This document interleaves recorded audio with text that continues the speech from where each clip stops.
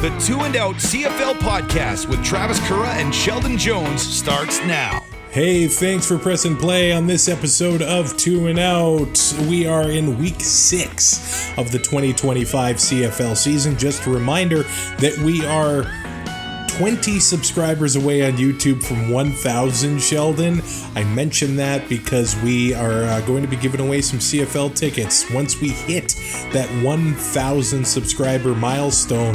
It's been a long road, man, but I can see it. It's not even on the horizon anymore. It's like 3 blocks away. Yeah, it's been crazy. I really appreciate everyone following and humbling, actually, a little bit. It's kind of crazy that there's that many people who, care about what we say. So thank you, and keep it up, and keep telling your friends and family. And we want to get someone to a game. So 20 more people. Let's go. Now, my ego barely fits in this room, so I'm used to the fame and fortune of Two and Out. But Sheldon's not, and I can see, like, whenever Sheldon gets recognized, your chest puffs out a little bit more. You get a little bit of color in your cheeks. You're blushing a little bit. You're still adjusting to the fame and fortune of being deputy mayor of Two and Out Village. Like Dewey from Scranton. Is that where you're like? That's what I am. It's just bizarre that people actually like what I have to say. I'm just not used to that. I'm used to people saying I'm an idiot. So people are nicer to you this year than last year, I'm finding. Yeah, maybe it's growth. Maybe I'm getting used to it. Who knows? And now I want the same guy with the same stupid takes. Like nothing's changed. I want to mention another contest that we're going to launch exclusively for our patron subscribers. Now, you can find the link to our Patreon at twoandout.ca. You can find it in the show notes on YouTube and Spotify and Apple Podcasts, wherever you get your podcasts. But we want to start running a fantasy league for the patron subscribers. And if the winner of that fantasy league, we're not just going to let them win. Now, however, you and I have been having I'll speak for myself, a terrible fantasy year. I had one good week. Okay. So, whoever wins this exclusive fantasy league is going to get a CFL jersey of their choosing at the end of the season. So we're not going to start keeping score this week, and the stuff that has already happened is not going to count, but starting next week and from then until the end of the season, whoever has the most points is going to get that jersey, but they have to be you, I guess, and me. If I win, no jersey for you. That's right. Same here. Which I'm saying that's not a very intimidating statement so far. I think whoever is in our Patreon or whoever decides to sign up for our Patreon to do this, you guys have a better chance than not getting a jersey. Let's just put it that way. Yeah, so we'll throw the links up for you to sign up for that, and then on the Patreon website, we'll throw the join links there for the Fantasy League there. Now, I want to go to the mailbag here because last week I thought maybe one of the rules that could use changing in the CFL is the procedure no end rule, which we've seen called many times, actually several times this season. And Bart is our officiating correspondent, and he sent in an email saying this is an important rule. It goes way back, and without it, the game would change in weird and dramatic ways, which I think I might be here for. He explains that you must have a center and you must have 2 down linemen. Basically, you need 7 people on the line of scrimmage, right? You also have to have 2 ends. In American football, they use the tight ends, but in Canada, they're usually wide receivers. And you can see this in a game when a receiver comes to the line and looks at or points at the ref to confirm that they are within that 1 yard of the line of scrimmage. And he continues, why is it a problem if you don't have an end? Well, if you don't have an end on one side of the formation, you could have 6 receivers all doing the waggle, running side by side in tight formation, all on the short side of the field or the wide side. It fundamentally changed the game and make for chaos and difficulty for defenses and probably for officiating as well. He says in his experience, teams constantly try to cheat this in various ways, pushing that boundary. If you don't have an end on one side of the formation, you have an advantage, and football rules are all about stopping unfair advantages. I still kind of fail to see the downside. I'm still there for the chaos a little bit. I think 20, 30 years ago, especially in the CFL, we used to have bigger linebackers that didn't really cover receivers. Yeah. Now, it seems like almost anybody on the defense is expected to cover. And especially if it's a second and long, how many times do we see 9 guys in coverage against five receivers? If we could have 6 or 7 receivers doing the waggle, I don't know, man. I think I'm here for it. It sounds crazy. It sounds kind of like, Sandlot rules a little bit, but you know what? You can't wreck the sanctimony of the game. We can't change rules. I see where you're going. I see where you're going. Like you say, I think a little chaos is great. I could see it happening, but I also see the point of having the end there. And when every single rule change, or for the most part in the last 10 years, has been trying to get the game more offensive, I do understand, make it harder on the defenses. I think we need to kind of limit that kind of stuff. So I can kind of see the point there. And I do appreciate the reasoning behind it. So in week 6, we have Montreal, Toronto, and Winnipeg on bye. And Winnipeg has, I guess, this podcast called Handled Internally, right? On their YouTube channel, and they post it on social media and things like that. And Jake Thomas was on it, and Zach Collaros was on it. And the reason I mention it is because Zach, he's like, Joey Chestnut has to be a top 5 American athlete. And that's 17 of these. Yeah. Next year, he will eclipse John Cena's number. I'm just guessing. Maybe. Cena could get to 18. I guess he could. But winning his 17th Nathan's Famous Hot Dog Eating Championship last week, holds the record of 76 hot dogs in 10 minutes. That is a dynasty and a run that I don't think will ever be touched in our lifetime. Now, people will debate whether it's a sport. But man, when the NHL, remember when it went on lockout in 2004 and poker was all over the sports networks? Mm-hmm. I would say that eating 76 hot dogs in 10 minutes is more of a physical feat than winning a round of poker. And I like poker too. But yeah, Joey Chestnut, that's a physical feat, I would say. It takes training. You don't just wake up one day and crush that many hot dogs. Mm-hmm.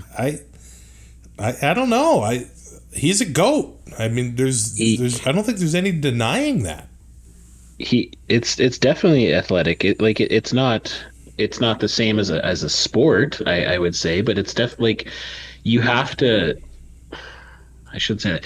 Like the amount of training and the regiment that he has, and let's also discuss the fact that we're not talking about all the other competitive eating events he does every single year. Like he does this every week of every year. He does, he crushes mini donuts at Regina X the last 2 years. Like he has all these world records and all these different things, and it's all in and winning 17 championships in the same company, the same thing. Yeah, he's an athlete. He's the best athlete that's ever, like Michael Jordan, sorry. Tom Brady, sorry. John Cena, sorry. Okay. Joey Chestnut is the GOAT, and we don't know how much longer we have with him this year. I was watching it live, and if he would have had somebody close, like if he would have had like a prime Kobayashi or somebody else who was close to him, he would have beat his record this year. He was on pace to beat his record like over halfway through. But then, when the next person has like 50 hot dogs or whatever it is, like there's no need for him to go that far. But just putting like it was like 16,000 or 20,000 calories that he put inside of him in 8 minutes. Like that's unreal. And so like when you have to train for something, like if lifting weights is a sport, if that's athletic, then so is training your stomach to be able to fit large amounts and chewing and swallowing without choking. Yeah, he's an athlete and he's the greatest one of all time. I'd say, hey, pushing the human body. I mean, that's something. It takes a lot of training. If we're gonna look, chess, esports is a thing. Like, I don't know, eating sports. Certainly a thing. The Montreal Alouettes are on bye, but their week 5 ended in a little bit of fireworks. That brawl with the BC Lions, and the punishment has come down for that situation at the end of that BC Lions 21-20 walk-off win in Montreal. Some fines have been dished out. D lineman Isaac Adiemi Berglund has been fined. And BC Lions defensive lineman Kamoko Toure has actually been suspended for 1 game. We also had Pierre-Olivier Lestage. He got fined for slapping the TSN camera away. MJ Sherman also got fined. So there were consequences at the end of that big brouhaha with the Alouettes and the Lions. And I would say, pretty fair. We can move past it now. Yeah, like I think the instigator for sure, like it was pointed out in video and everything that a BC Lions player either was at the door or inside the locker room, and you just right after the game you can't do that, and it looked like something was starting. It wasn't a friendly conversation. So, I'm surprised that more people didn't get fined, which is the amount of people that were involved, including players who were playing in the game, but also like injured players or practice roster players or whoever was on the benches too. So, it's over with. Hopefully you can move on and hopefully it doesn't happen again. But with those benches on the same side and the majority of the stadiums, I think it's just a matter of time before something like this happens again. But there were only 3 games in the CFL this week, and they all are games with a lot on the line. I know first place in July is a little bit different than first place in October, but the Saskatchewan Roughriders are currently 4.5-point favorites over the visiting Calgary Stampeders Friday night under the lights in Regina. The over-under set at 52.5. It's been a little while, I think, since we've seen some intensity in a Saskatchewan and Calgary game. I mean, there's always that, shadow of the rivalry from about 10, 15 years ago. But right now, things are pretty fired up between the two squads, and it's going to be fun seeing them go toe-to-toe on Friday. Yeah, and Calgary always seems to play pretty well in Regina. They always seem pretty fired up and usually get out to a kind of early start. The past couple seasons have been a little different with the Stamp games, though, because, they haven't been as good. They've been struggling with some issues, and it seems like this year they've kind of fixed that for the most part. Top battle for number 1 and number 2 on the power rankings, and in the Western, well, close I guess. But yeah, it's going to be an interesting game. I kind of have a feeling it's going to be a shootout, even with the defenses being pretty decent. But yeah, I'm not really a sports bettor, but if I was a betting man, I'd probably be taking the over on this one.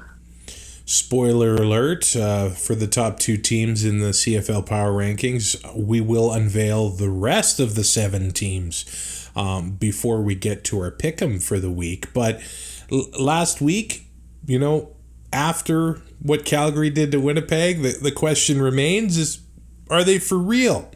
And these next 2 weeks, the Stamps are going to show us what they're made of. This is a tough stretch. They're in Regina, and then they were in Winnipeg. I think some people will say two of the biggest home field advantages in the Canadian Football League, and the Stamps are on the road for both of them in 2 weeks. So a 3-1 start is nice.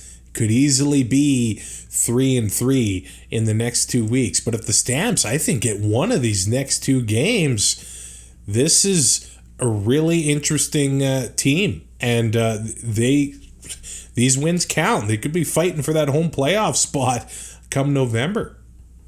Yeah, I think there was definitely some optimism when they got Vernon Adams Jr.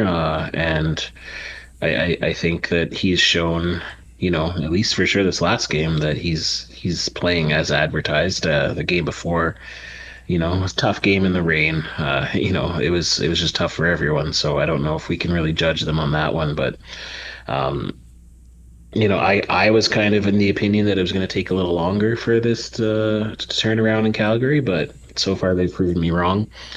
Losing Reggie Bagleton, that hurts. But, they seem to be able to pick it up. And when Philpott, he 2 yards away from a huge play last week, and VA was looking really good again. So like I said, it's going to be a shootout. I think both teams are going to be able to get some yards here, but it's just going to come down to the Saskatchewan Roughriders defense. They like to bait the quarterbacks, and they like to ball hawk, and they lead the league in interceptions, I believe. So one of two things is going to happen. I think VA is going to have a really, really good day, or he's going to have a really awful day. Well, and a player that got a pick six for the Riders a week ago, Tavon Campbell, will not be playing on Friday night. He's out with a groin injury. Antoine Brooks is going to be starting in his place, but the Riders are also going to be seeing the return of Trevor Harris at quarterback after missing a week due to a concussion or concussion-like symptoms. It happened in that Argos Rider game. The retaliation when Duncan Busby legally, I guess, cut block a defender and sent the rest of that game into a tailspin. So Trevor Harris is going to need to be on his best, because I know maybe it could be a shootout, but the Calgary Stampeders are giving up the least points in the CFL. Bob Slowick takes over as defensive coordinator, and the Stamps are averaging 20.3 points against. And against offenses, I guess, that's 18.3 points against. They've actually only given up 5 touchdowns, which is half as much as the next closest team, and that's the Bombers. The stats are kind of crazy here for the Stamps. The Riders are number 1 against the run, still giving under 70 yards a game. The Stamps, on that note, they're over 110 yards a game. So you can run, it appears, against the Stampeders. It seems like you can move the ball against the Stampeders, but the most important stat is points. And we're only 4 games into the season. One of those was a rainy one against the Ottawa RedBlacks, but that's pretty impressive at this point. I don't think I expected that. No, I don't think many people expected that. But like you said, the new defensive coordinator in there, I think a lot of people thought that they maybe got rid of the wrong people last year as kind of scapegoats, but he seems to be doing a pretty good job. And when you get a guy like Flo back there who can plug things up in the middle, I know they're kind of struggling against the run right now, but when you're giving up that few touchdowns, that obviously shows that something's working.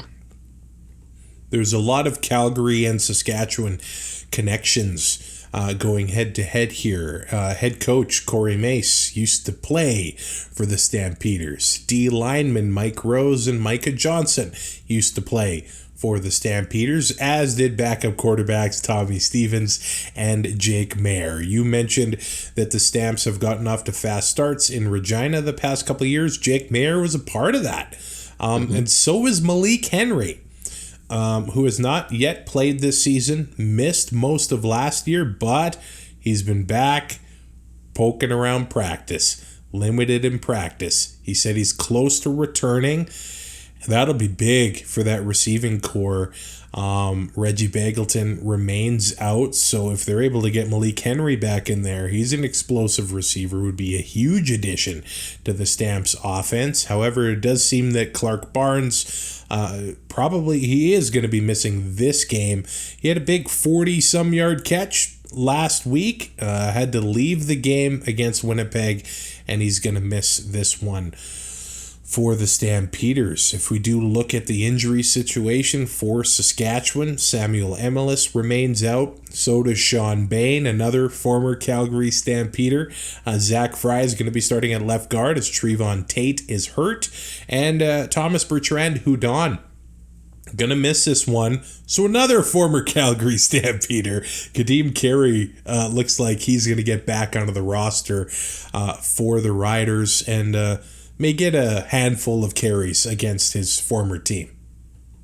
Yeah, and it's interesting because a lot of people, myself included, were hoping he was going to get in that Argo game because I think he had a little bit of a chip on his shoulder when it came to the Argos. But we also need to remember that he's still got a pretty big chip on his shoulder against the Stampeders. He was very outspoken about them when I think it was when the team grades came out by the PA. And like right after when they won the Grey Cup, right? So I think he'll probably be pretty fired up if he is able to get on the roster and get some snaps there. But if you can have AJ Ouellette, go in 3 series and then putting Kadeem Carey in for a series or 2, with just the way it is that the Stamps have been giving up, yards on the ground, that could make it a nice long offensive drives for Saskatchewan. The running backs are the positions to watch here, aren't they?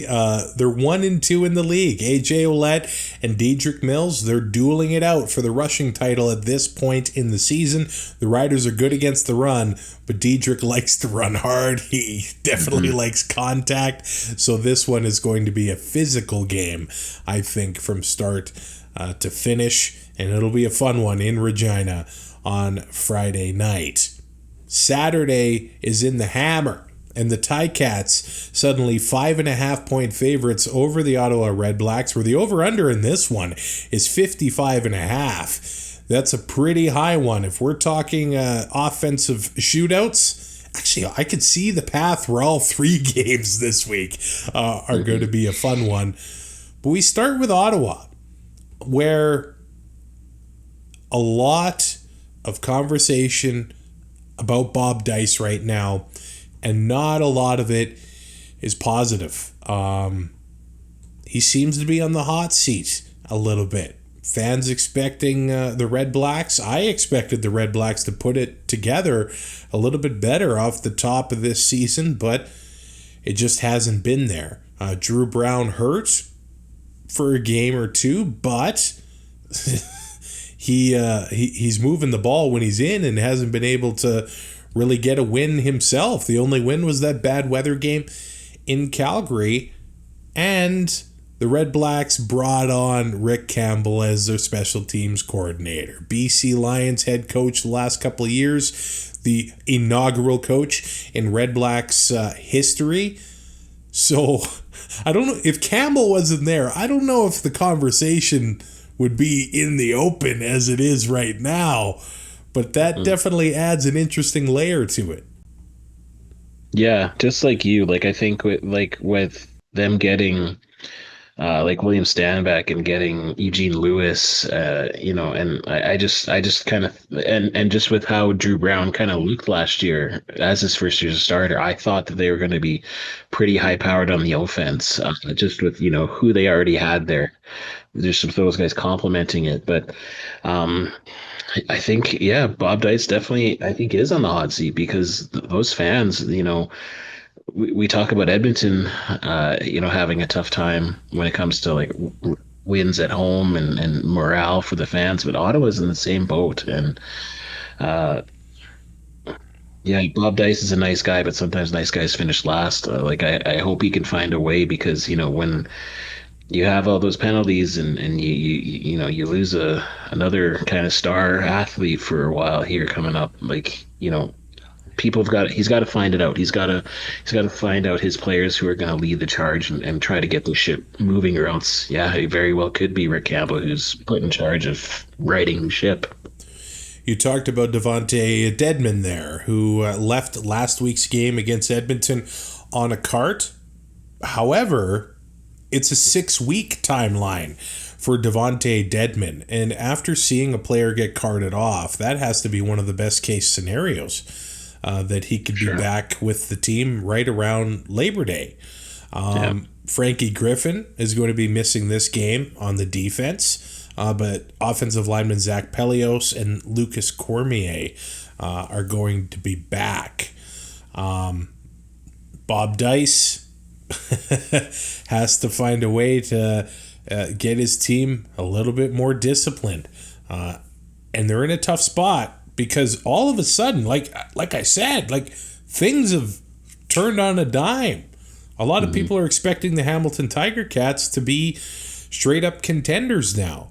But much like the Calgary Stampeders, I think people want to see it a few more weeks before we anoint them the new kings in the East.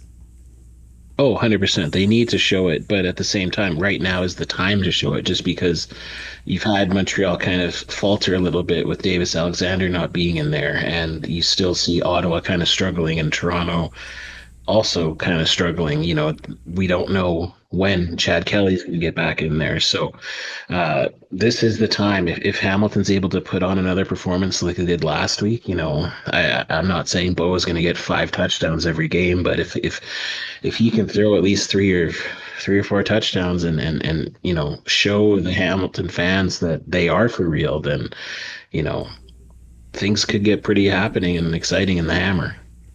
Lawler is one of those receivers where it's pretty, even if he's double covered, Bo's going to find a way to get him the ball. That's just the way it is. But the Ticats still have other members of their offense that they can make you pay. Tim White is one of those. Shamar Bridges' big season last year, he hasn't really gotten going this year, and they really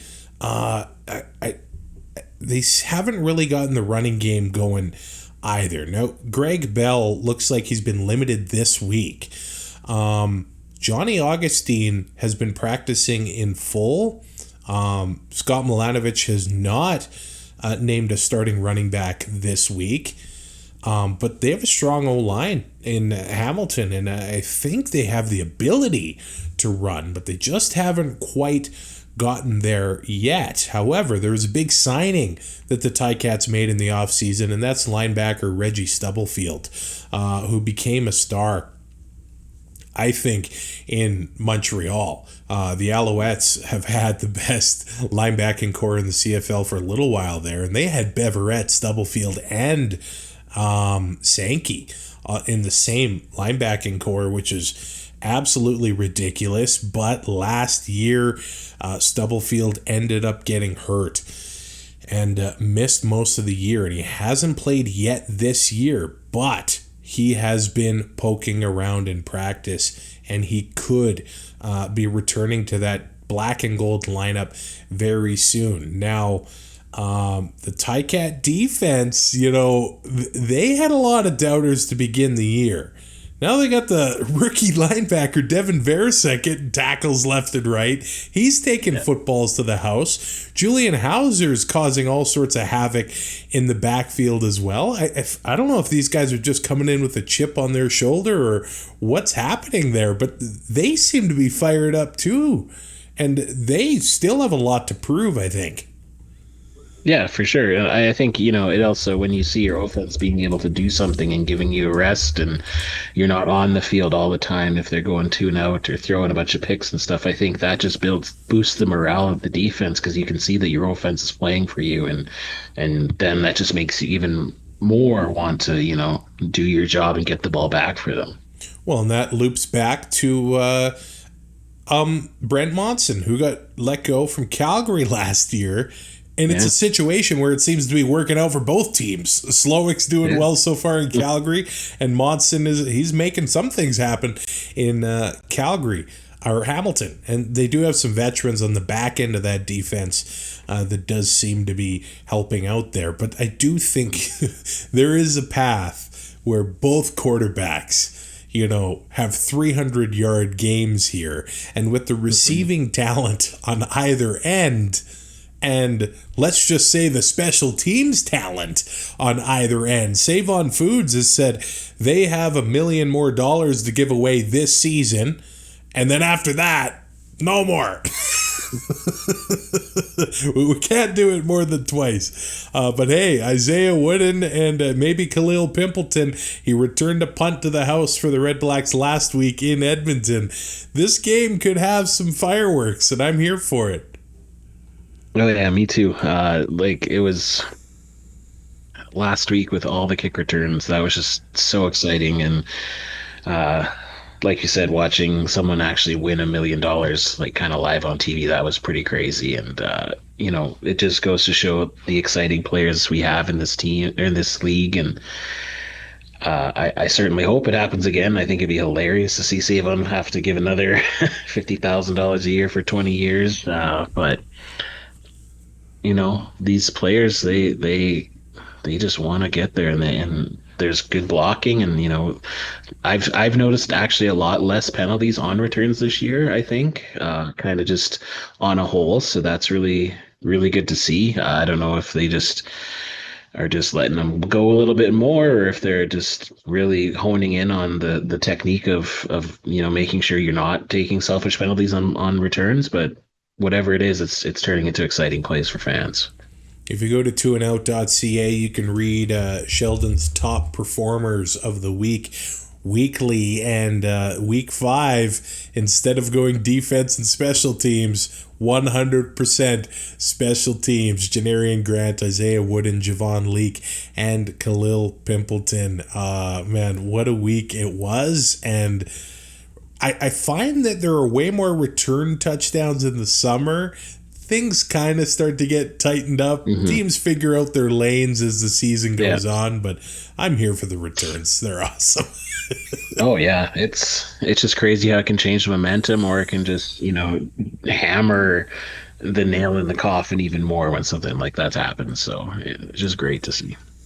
Speaking of Javon Leake, his Edmonton Elks will be hosting the BC Lions on Sunday. The Lions go to Commonwealth Stadium as 2.5-point favorites here, and the over-under at 50.5. It does seem like maybe Javon Leake is possibly going to miss this game. He wasn't practicing on Wednesday. Neither was defensive end Robbie Smith, but all CFL offensive lineman David Beard has been removed from the 6-game injured list. He was around practice, maybe not playing this week, but with the Elks they have a bye on the horizon here. You had to think maybe he's going to be playing before that bye, because let's look at next week. The Elks are off, and then they go to Saskatchewan. So you have to think maybe they hope he plays on Sunday. Just the fact that they brought him off the 6-game injured list. Any way you put it, that's good news for the Elks offensive line. Yeah, I know you have to, like, unless they're in their final week on the sixth game, if you want him to be able to practice, you have to take him off. So it might not necessarily be that they take him off because they know he's going to play, but he's obviously close enough that they can have him practice and make sure that he's, still in game shape, I guess, after the injury and the rehab or whatever. But anytime you have a player on a 6 game injury list and you take him off, that's obviously a good thing because you realize that, he's not going to miss as much time as he thought, and he can hopefully get back in there. And it's not like the Elks defense offense is struggling when it comes to rushing right now. But when you can have an all CFL player get back in there, that's obviously a good thing. Now, the BC Lions, speaking of offensive linemen, have signed a familiar face. Hunter Stewart played in BC for 7 seasons, dressed for 90 games. Then he was with the Ottawa RedBlacks for a couple of years and spent last year with the Edmonton Elks, but he is back in black and orange on the West Coast. Hunter Stewart is a BC Lion again, but the implications in this game are big, Sheldon. With BC beating the Elks in week 1, if they win this one, the season series is done. So Edmonton needs to string 2 wins in a row here. 2 and 3 would be their best record in July, and it feels like forever, because then it gives them a chance later this year in that rubber match. Who knows which way that game's going to go to decide the season series, but this is a big one between the Elks and the Lions. For sure, and it's not even just for the standings; it's just for the fans, for the people of Edmonton to be able to see a win twice in a row in Commonwealth. It's been a while, and that's, in the summer months, this is when we need to be able to build up the momentum on getting fans into the stadium cheering on their Elks. And BC, they've looked really good at times, and they've looked really bad at times, and that's not necessarily just because Rourke was in and Rourke wasn't in. So I think the Elks have a pretty explosive offense right now. When you can have Rankin, do it on the ground, do it in the air.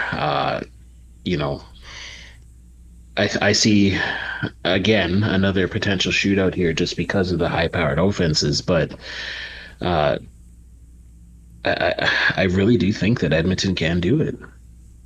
And the 2 offenses probably approach this game completely opposite from each other. The Lions are giving up the most rushing yards a game, and the Elks are giving up the most passing yards a game. Yeah. So while the Elks they seem to be able to put the ball into the end zone and they're doing well scoring points, they're also allowing points at a pretty good clip at this point. And here's the thing. The Elks defensive line doesn't have a sack. And if they're not going to be able... Well, it's weird because it does feel like at times they're able to disrupt the quarterback in the pocket. They've got Jake Seresna. They've got Jared Brinkman. They have guys that are able to cause troubles for the opposing quarterbacks. But if Rourke's going to have time, and we've seen what Rourke's been doing this year, he's been moving the ball with his legs as well.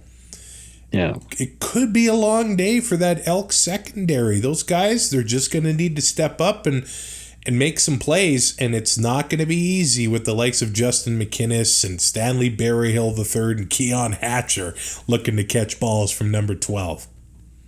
Yeah, the only thing I can say about that is, I think it's going to be a long day for the defenses on both teams, but at the same time, the offenses are going to give them a break because I think both offenses are going to put a task to these defenses. I just honestly, they both have firepower. They both have weaknesses, like you said, and different ones because, BC hasn't really been running the ball that much, but they obviously have been passing a lot, and that's where the Elks have been susceptible. And Trey Ford hasn't been running as much in the last couple of games. I think he only has about less than 25 yards for sure in the last 2 games combined. So I think maybe teams are kind of spying him a little bit more and forcing him, unless it's just by design that, Maximic's trying to get him to become more of a pocket passer. I'm not sure, but that's always something in the back burner where, if you key in on that and you make it seem like you're trying to have Trey Ford not run as much, well, then you can have him do some bootlegs and some sneaks and see if you can punish a susceptible unit like that. I do wonder if maybe they're going to have him run just a little bit more, if Javon Leake is going to miss this game. Yeah. We'll see what Edmonton does or his status as the week goes on here. Justin Rankin, 105 yards last week on 12 carries. He's also making teams pay in the receiving game as well. But Trey he does have the ability. And you know what? If teams are going to forget about his running ability, then that's when, I think Jordan Maximic and the Elks, it's weird to say because Max Simic was a BC Lion last year, so he's going to want to get a win over his old team, but a completely new staff in BC on that regard, so maybe not all the same, but he might know a few of those players. But that being said, a suspension on the D-line for the Lions, a team that already is struggling against the run. I have to think that the Elks are going to try to cause some damage. And you noticed something last week, because I have found in the first few games of the year, the Elks were very predictable with their running plays, but there was a lot of misdirection and crazy stuff that was going on last week against Ottawa, and it was causing the RedBlacks a lot of trouble. Oh yeah, 100%. Like, you could kind of tell just off that first drive that they were doing a lot of motion and they were doing a lot of counters, and yeah, it was definitely keeping Ottawa on their toes. And so now BC has to kind of game plan for, the first few games where they weren't as much like that, and then now the Elks have thrown that in there. So I think that's just great coaching by Maximic to try to shake things up and force the other team to actually do a little bit more prep and study work. And the thing with the Elks defense here is that they still can be susceptible to the big play. And Winnipeg made them pay in that regard just a few weeks ago. It's just like throw the ball up, and the Elks DBs at times looked like they were kind of lost. And Nathan Rourke and the Lions receivers, they can... they can make those big plays happen. So it's nice to see these Canadian quarterbacks dueling again on Sunday. It'll be the first time that I've been able to see Nathan Rourke play live.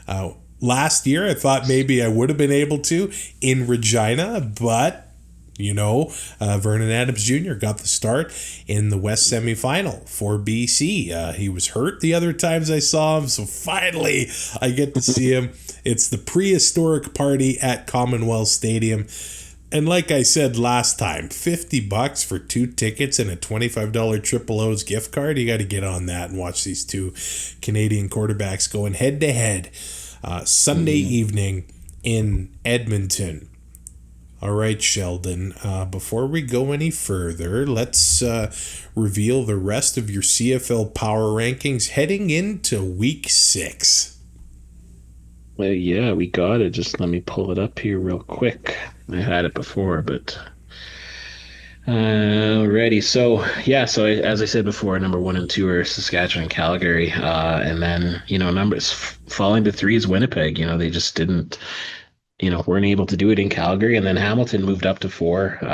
They're kind of riding the streak a little bit right now, and definitely better than Toronto. So at 5, we have Montreal, Edmonton up to 6, BC 7, Ottawa 8, and Toronto in the bottom spot at 9. There it is, Sheldon's latest CFL power rankings. Now, the Riders and the Stamps, they're going to decide the number 1 spot this week. Also, the Lions and the Elks are going to decide it. I actually think that this is the highest I've seen the Ticats in your power rankings since we've started this. Am I right? I can't remember a lot of things, but you're probably right. Yeah, I'm sure it's been yeah, yeah. They haven't been good, so now now they're getting pretty decent. We'll say. Corey A. Proctor on X says his complaint now they're going to win again. Well, now they're going to win again because you shouted them out. Oh, I'm sorry, R Nation. He says his complaint is that he can't complain. He's outraged that he can't be outraged. He demands to speak with your producer, manager, and accountant at 2 and Out CFL. The books are not good. Especially if we don't win this fantasy league for the patrons. So Sheldon, up your game, brother. I'm trying. I'm on back-to-back triple-figure weeks, so I'm pretty happy with that. Okay. Good. That's great. The CFL Podcast Fantasy League. So last week, I lost by 1.5 points to Robert Dalton from Rouge. Oh, and you know what? I can back in the stands early in the game. Geno Lewis dropped like a 7-yard pass. That was the win. Yeah. All they had to do was make that catch. Congrats, Dalton. That podcast, I have to laugh. Like Safamod is leading it. He's undefeated, the best, and yet he's like on an 0-10 run on the Pick'em on the Piffles podcast right now. So he knows how to pick players, just not how to pick games, apparently. So you lost by 13.5 points to Adam from Canadian Football Countdown. Now this week I've got Trey from Canadian Football Countdown, and you have the Elks Herd. Is that Scout behind that, or Catherine behind that, or are they teaming up on that? But you've got the Elks Herd. Time to go elk hunting. Okay, my fantasy lineup, $0 left. And I actually didn't even set out to do that. But I'm sticking with Trey Ford as my fantasy quarterback. I made him my captain. I don't know. I have a feeling about it. Of course, Bo is the sexy pick. But if he throws for 5 touchdowns again, I'm going to be rattled. But Trey Ford, Justin Rankin, Johnny Augustine, Tim White, Keyshawn Johnson of the Riders, Keon Hatcher of the Lions, and the Saskatchewan defense leaves me with $0. Well, okay, so we have a couple similar ones here. So I am chasing the good week of Bo Levi Mitchell. Like you, I think Trey Ford is my other pick, so it makes sense. And then I have Rankin as well, but I'm rolling with Oulette. Just, I'm looking for him to keep building on his league leading there. I also took Tim White just because I think that they're going to key on Lawler a little bit to leave White open a little bit more. And then Keon Julian Grant is my other wide receiver. And then my flex, my value pick this week is Joe Robicelli. And then, Hamilton defense. Week 6 of the 2025 CFL season starts in Regina, where the Riders are 4.5-point favorites over the Calgary Stampeders. On Saturday, the Ticats are 5.5-point favorites at home against the RedBlacks. And on Sunday, the BC Lions visit Edmonton as 2.5-point favorites over the Elks. Sheldon, I'm going home teams. I am going Riders, Ticats, Elks. Who do you got? Yeah, I'm going the same. Instead of Road Warriors this week, it's the Home Warriors. So still, what a rush, I guess, but it's Home Warriors. Home sweet home. Dolly Crew. Have you heard the Dolly Parton Motley Crue duet version of that? No, but I like Home Sweet Home is my favorite Crue song, so I'm going to definitely check it out. Are you a Dolly Parton fan? From 9 to 5, of course.